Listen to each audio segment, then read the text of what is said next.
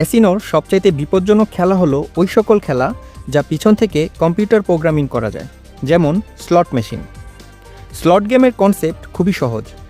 এই সকল মেশিনে হ্যান্ডেল অথবা বাটন থাকে যা প্রেস করার মাধ্যমে আপনাকে খেলতে হয় এবং যাতে কখনো কখনো উইনিং কম্বিনেশন আসলে আপনি জিতে যান।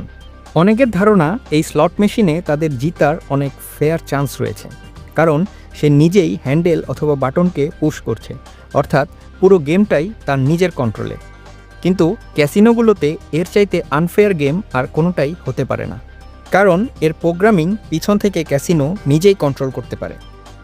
আর এই মেশিনগুলোকে এমনভাবে প্রোগ্রামিং করা হয় যাতে ক্যাসিনোগুলোর সবসময় সবচেয়ে বেশি লাভ থাকে। অনেকের মনে হয়তোবা প্রশ্ন জাগবে যে স্লট গেম খেললে যদি সকলেই হারে, তাহলে এই স্লট গেম সবার কাছে এত জনপ্রিয় কেন?